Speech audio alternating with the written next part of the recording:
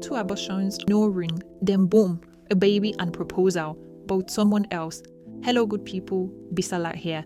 This story is about love, betrayal, and realizing you gave your all to the wrong person. Let me take you back to 2015. I was 25, working as a marketing executive in Lagos, living my simple life in 1-bedroom apartment in Surulere. I wasn't looking for love. I was focused on my career, saving money, planning my next move. Then I met him at a friend's birthday party. Not the superstar he would become, just a struggling musician. "You are beautiful," he said in his Yoruba accent. "Can I buy you a drink?" I laughed. "With what money? I saw you counting change to buy that bottle of water." Instead of being offended, Tunde laughed. "You are right, but I can sing for you instead. That's free." And sing he did, right there in the middle of the party, his voice cutting through the noise. I felt myself falling before the song ended. 3 months into dating, I discovered the depth of Tunde's struggles. His 1-room apartment in Mushin barely had running water. He had very few clothes. He survived on Indomie and pure water, selling whatever small money he made from local gigs to his mother in Ibadan. "I'm going to make it," he would say, lying on his thin mattress, staring at the ceiling. "I can feel it in my bones. I just need one brick." I believed him. More than that,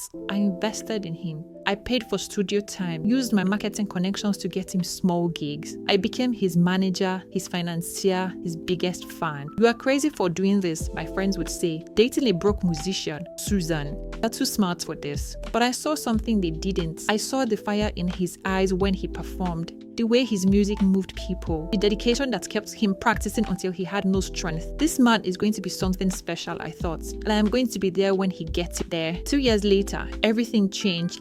The record label that had ignored Tunde's demo for months suddenly called back. The timing was perfect. His latest song, inspired by his love for me, had gone viral on social media. "Omo, we want to sign you," the A&R executive said over the phone. "Can you come in tomorrow?" I watched Tunde's face transform as he hung up. The boy from Mushin was about to become a star. The hit songs came one after another. Each song climbed the charts. Each performance sold out. Money flowed like water. A life transformed overnight. Private jets replaced downfall buses. 5-star hotels replaced my small apartment. Designer bags replaced my carefully budgeted outfits. "Baby, pick anything you want," Tunde would say, his ATM card dancing between his fingers as we shopped in Dubai malls. I felt like a queen, his queen. The pregnancy test showed 2 lines. I stared at it in the bathroom of our luxury suite in London, my hands shaking. This is it, I thought, our family. I burst into the bedroom where Tunde was on a video call with his management team, talking about his next tour dates. "Baby, I have news." "Not now, Susan, I'm handling business." I waited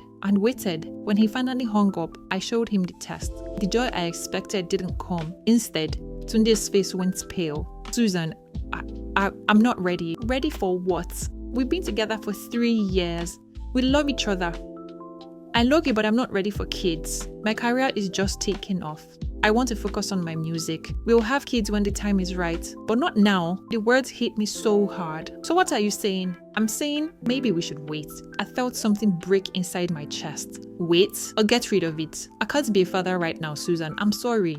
I took out the pregnancy. What choice did I have? 3 years later, I stared at another pregnancy test. I was so worried by how he would react. By now, Tunde owned a mansion in Banana Island. His cars filled a garage that cost more than most people's houses. His net worth was in the hundreds of millions. "Not again," he said when I told him. "Susan, we talked about this, and I appreciate that, but..."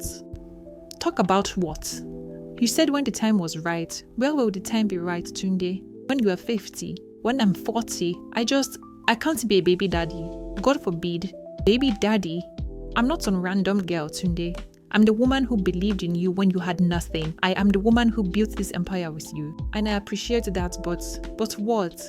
You don't want to marry me, do you?" His silence was answer enough. I made a decision that night. "Give me 50 million naira. For what?" "My business. If you're not ready to build a family with me, then I need to build something for myself." To my surprise, Tunde didn't hesitate. Within a month, my account was credited with 50 million naira. I rented a shop in Lekki, hired staff, and launched Susan's Hair and Spa.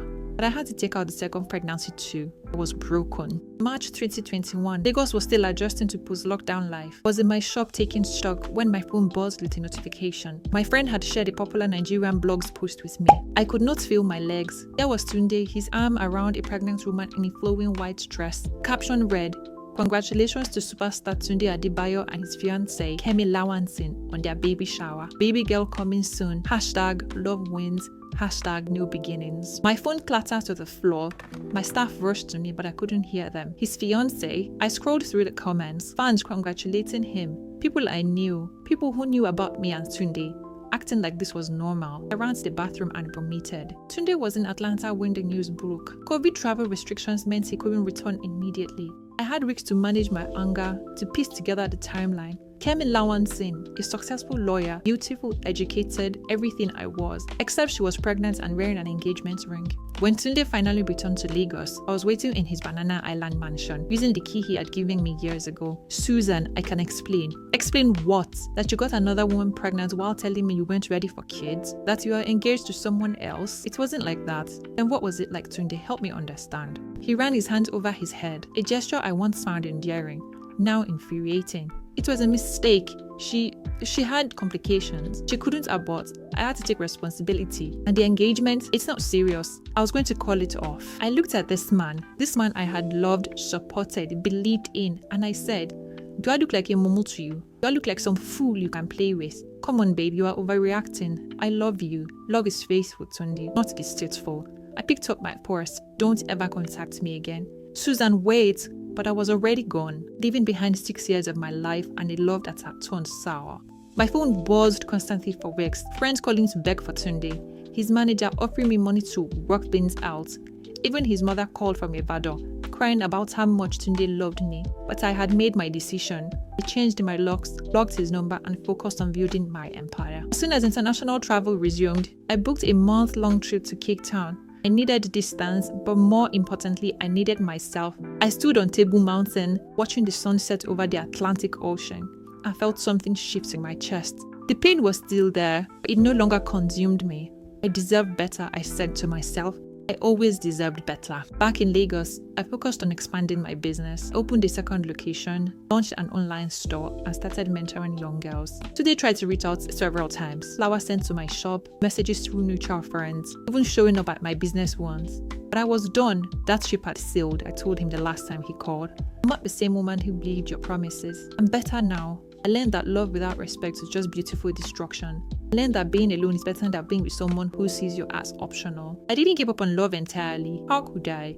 Love taught me who I was, what I wanted, and most importantly, what I would never accept again. The right person will come. Someone who sees children with me as a blessing, not a burden. Someone who chooses me, not settles for me. Until then, I have my business, my dreams, and the unshakable knowledge that I am enough. More than enough, all by myself. I hope it helps someone out there realize their worth. What would you do if you gave your all to someone and they still choose someone else? Would you stay and fight, or walk away with what's left of your heart?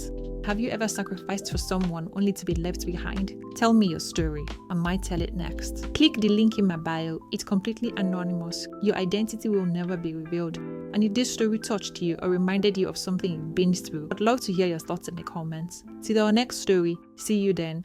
Bye.